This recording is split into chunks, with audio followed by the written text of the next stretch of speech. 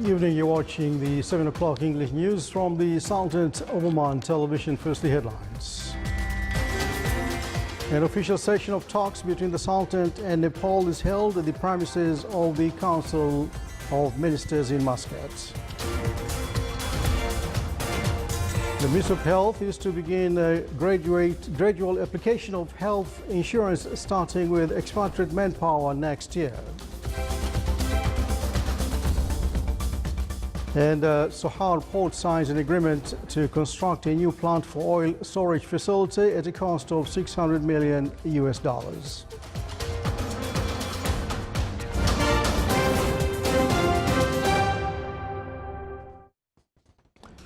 Those are the headlines, and now the news in detail. An official session of talks between the Sultanate and Nepal was held today at the premises of the Council of Ministers in Muscat. The Omani side was presided over by His Highness Said Fahad bin Mahmoud Al Saeed, Deputy Prime Minister for the Council of Ministers, whereas the Nepalese side by His Excellency Sher Bahadur Juba, Prime Minister. And at the beginning of the session, His Excellency the Nepalese Prime Minister conveyed greetings of Her Excellency the President and the Government of Nepal to His Majesty Sultan Qaboos and their best wishes for His Majesty and the Government of permanent success for the Omani people and more progress and prosperity. From his side, His Highness Said Fahad expressed the Sultan's welcoming the guest and his delegation in this visit, and the results were expected on the level of bilateral relations between the two sides, praising the cordial relations which bind the two friendly countries. The Omani-Nepalese talks also touched upon means of boosting all aspects of mutual cooperation in economic and commercial fields, encouraging mutual investments and benefiting from available opportunities in the economic and free zones of both countries to serve the mutual interests. His Excellency the guest stressed that the visit is to enhance relations between the two countries in the fields of trade, agriculture, education and health, and in exchanging commercial delegations, especially that his country welcomes mutual investments and Omani investors in Nepal, in addition to exchange expertise in various fields, expressing his country's aspirations to sign a number of agreements and memorandum of understanding. His Highness Said Fahad informed the Nepalese Premier to convey greetings of His Majesty the Sultan to Her Excellency the President of Nepal, the government, and his good wishes for his and the Nepalese nation for further development and welfare.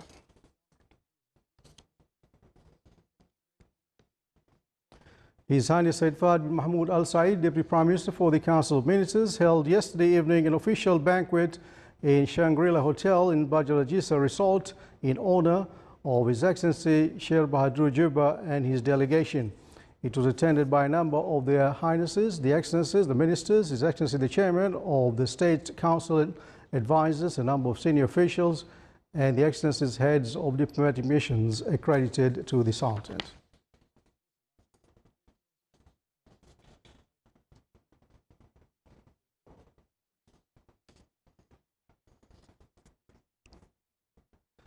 His Excellency Sher Bahadur Juba, Prime Minister of Nepal, also visited the Royal Opera House, Muscat, within the context of his current visit to the Sultanate. Then he visited the National Museum, where he was briefed about the museum and its facilities, with its halls showcasing maritime history, weapons, civilizational achievements, foliage, prehistory and ancient ages, Oman and the external world, the might of Islam, the Renaissance era and intangible heritage. It's worth mentioning that the museum is built on an around area of 13,700 square meters, consists of 14 halls containing around 5,500 artifacts.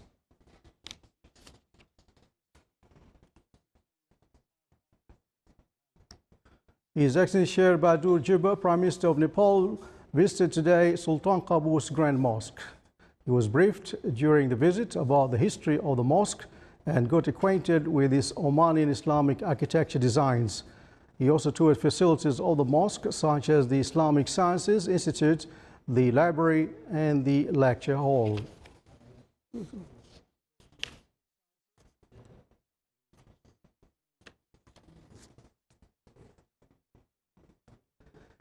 The 11th Middle East Healthcare Insurance Conference was held in the Governorate of Muscat with the participation from more than 150 specialists from inside and outside the Sultanate. The two-day conference will review the influence of digital technology on the health sector as well as the global medical approaches. It will also focus on Gulf insurance experience in various markets, alternative distribution channels and marketing strategies. Health insurance is one of the modern means applied by a number of countries to achieve sustainable health coverage for all the individuals of the community, in addition to raising the efficiency of health care and to motivate the private sector to invest in health sector. Meanwhile, the latest statistics show that health expenditure in public and private sectors in Gulf Cooperation Council countries reached more than $62 billion last year, and the number is expected to double by 2020 to reach $132 billion.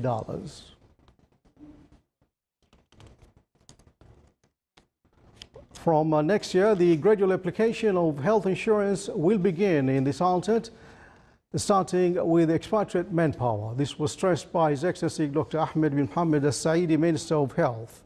He added that currently around 9% of Omanis working in the private sector are covered by health insurance.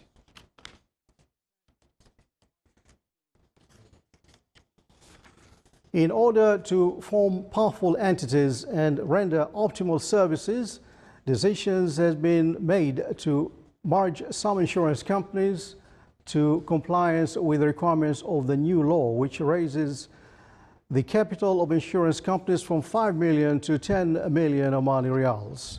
That was stated by His Excellency Abdullah bin Salim Al Salmi, Executive President of the Capital Market Authority. Sohar Port signed an agreement with the Singaporean company Triscope to construct a new plant for the oil storage facilities at the cost of $600 million US. The plant will be built in an area of 45 hectares in southern part of the port. The Singaporean company affirmed that the Sultanate has a good environment to attract foreign investments due to its stability, neutrality and strategic location. The plant will include 6 docks at a depth of 25 meters, which enable them to receive giant oil tankers. The first phase of the plant will be for receiving and blending crude oil, fuel oil and diesel. The expansion plans of the second phase will cover blending benzene, jet fuel, asphalt and lubricating oil. The construction of the first phase will start in the coming year, and the initial storage capacity of the plant will be 600,000 cubic meters, with future expansion plans to increase the storage capacity of up to 1.8 million cubic meters.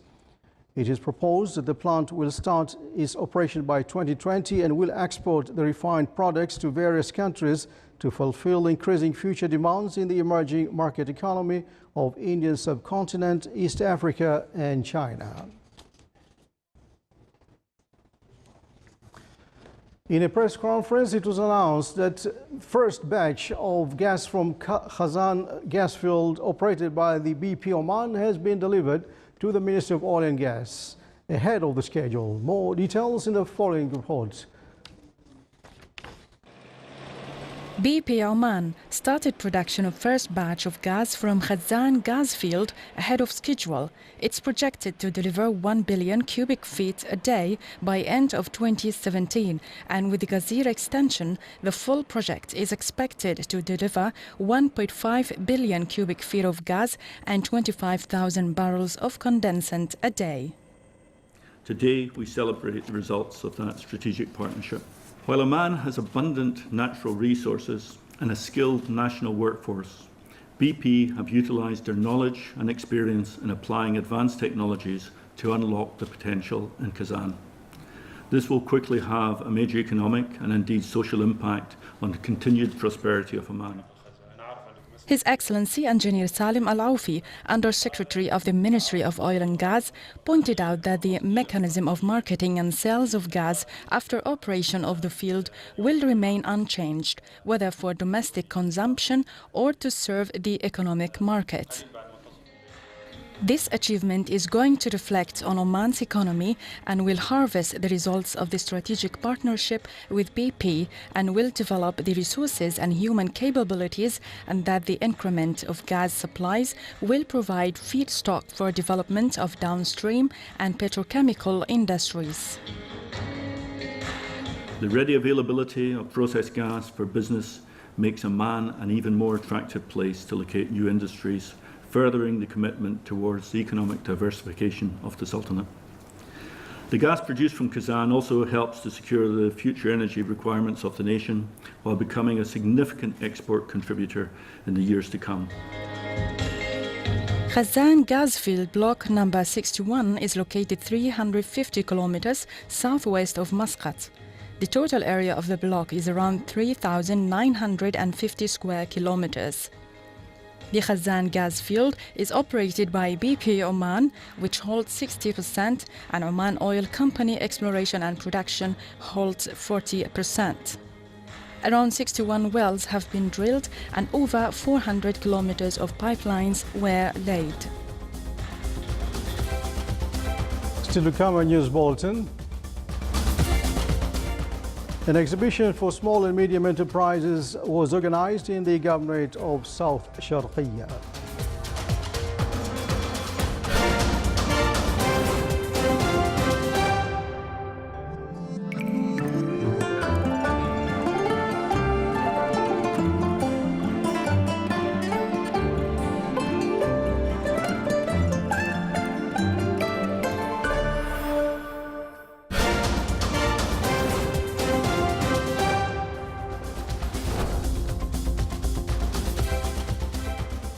Welcome back to the news from the Sultanate of Oman television. On the front line of the battle against the Daesh group in Syria, a number of unofficial foreign fighters are battling alongside Syria's democratic forces. The troops believe they have been on the brink of retaking the Daesh group's de facto capital, but it's been a hard fight for every soldier. The government and allied troops has seized Maidan, a town north of Deir el-Zor city and south of Raqqa, which has been the scene of intense fighting with the militants. The town, which links the militant group's two strongholds now under attack, served as a key station of oil transport and distribution. The capture of Maidan, 70 kilometers west of Deir el-Zor, also brings the pro-Syrian forces closer to Raqqa city, where the US-led coalition is back in the campaign against Daesh.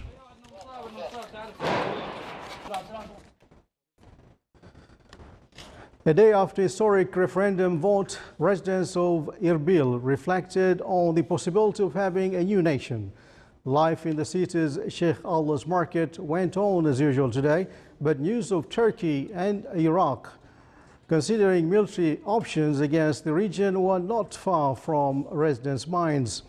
The referendum for the independence of Iraqi Kurdistan rattled the region yesterday. The vote is not binding, and opposition from the international community as well as Iraq and its neighbors makes any formal separation unlikely. But the poll has escalated tensions between the Kurds and Iraq's Arab majority, raising fears of unrest.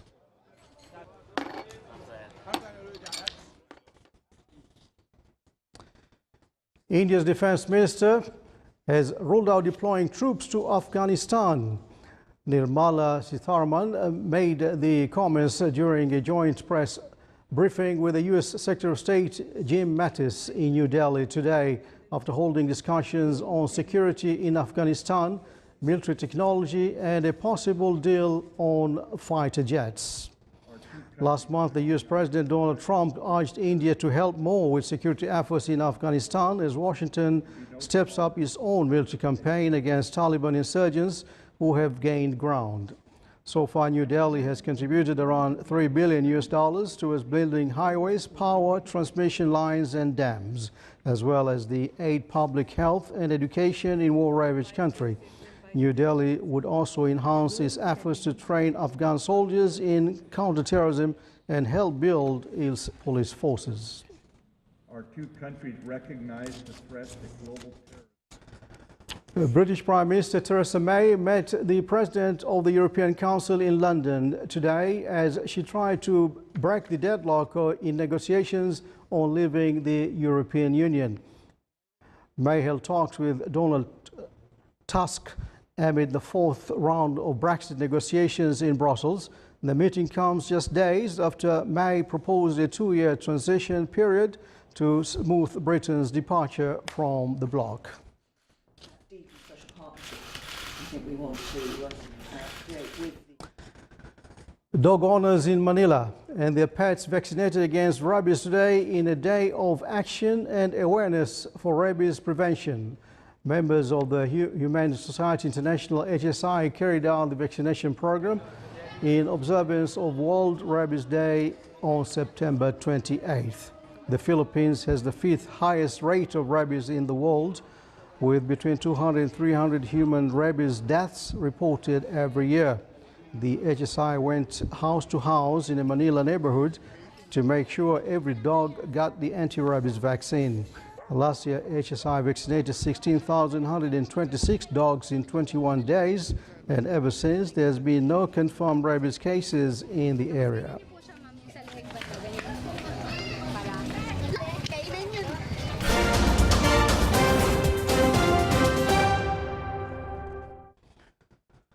Now back here in the Sultan will host the World Congress of the International Road Transport Union IRU in November 2018 in Muscat. That came during the conference held in the Oman Convention and Exhibition Center, in which ASEAD Group signed the hosting agreement with the IRU. The integration of the infrastructure, the improvement of the logistics services sector, and the strategic location of the Sultan are the main elements which qualified Oman to host this event.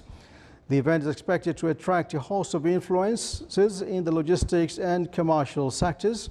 The conference will bring together high officials in the transport sector to discuss a number of issues with regard to challenges facing transportation sector, passengers and cargo ships, product trade, as well as logistics industry. It as well promote tourism in Oman in regional and international levels.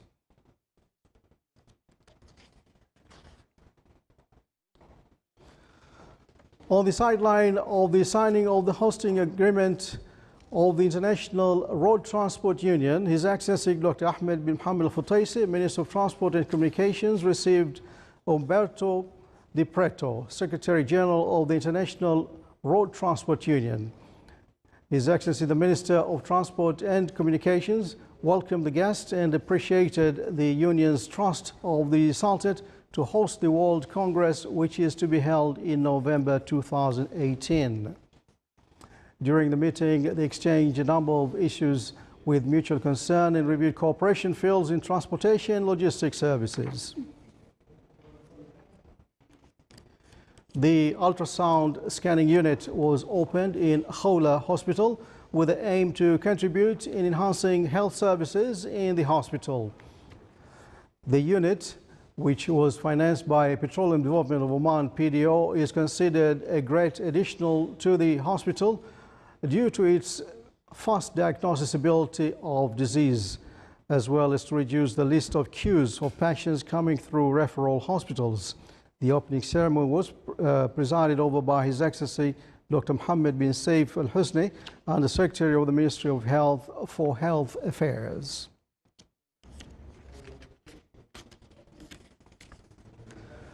Oman Air won for the second time in a row the award of Best Aviation Company in Europe, Middle East and Africa in the 7-star Luxury Hospitality and Lifestyle Awards in the Greek capital Athens.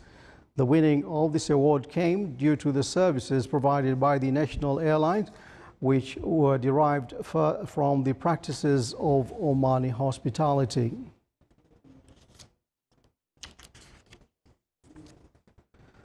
The Minister of Housing launched an electronic service which will facilitate and distribution process to the citizens. The procedures involved in the new electronic service will be much more easier than the previous ones, and after 5 minutes the ownership document is handed over to the citizens. Initially, this new service is launched in the Directorate General of Housing in the Governorate of South Baltina, and it will be applied in the rest of the governorates in the upcoming period. To display the abilities, creativity and products, the exhibition for small and medium-sized enterprises was organized in South Sharqiya Governorates. More details in the following report by Sultan bin Saif Al-Sarai. Small and Medium Enterprises exhibition was organized in South Sharqiya Governorate in order to showcase its role to create a trade atmosphere to present local products. We are actually proud of being a partner and a member of such event in Oman, in Sur. And this is really a good initiative to gather all of those entrepreneurs in one exhibition, which is first time organized in Sur. This exhibition gathered really good examples of those small and medium organizations and entrepreneurs, which are giving good examples and good success stories, which we can build upon them. Various products were presented from different fields such as oil and gas and tourism, as well as students' creativity exhibition was there, which played a major role in introducing these products and their contribution in the Sultanate's income. We are one of the participants here, as there are 32 participants from SMEs companies. We are very proud to be one of the participants because such exhibitions here in Sur or in other area open another many opens for us as SMEs. This exhibition, one of the great chances for us as SMEs to be in. So I invite all Omanis here in South Sharqiya to come and visit this exhibition. 32 small and medium enterprises participated in this exhibition, which give entrepreneurs a chance to have a better understanding about the market, which in turn will reflect positively on the national economy. Sultan bin Saif Al-Sarai, South Al-Sharqiya Governorate.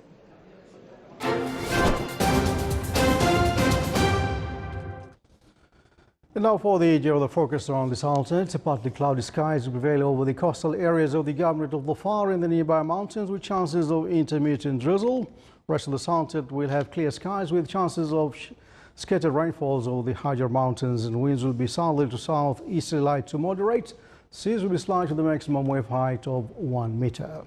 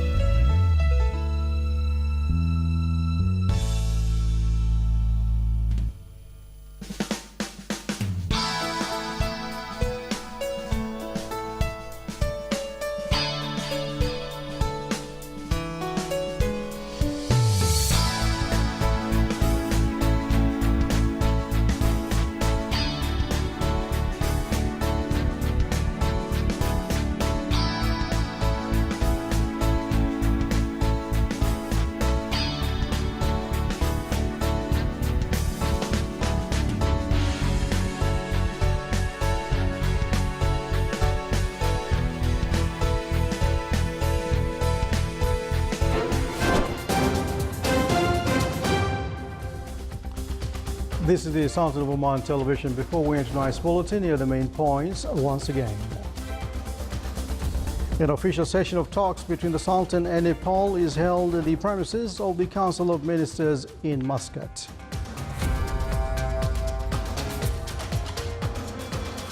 The Minister of Health is to begin gradual application of health insurance starting with expatriate manpower next year. And Sohar Port signs an agreement to construct a new plant for oil storage facility at the cost of $600 million. And with that, come to the end of tonight's news bulletin from all of us here in newsroom and the studios. Thanks for watching. Good night.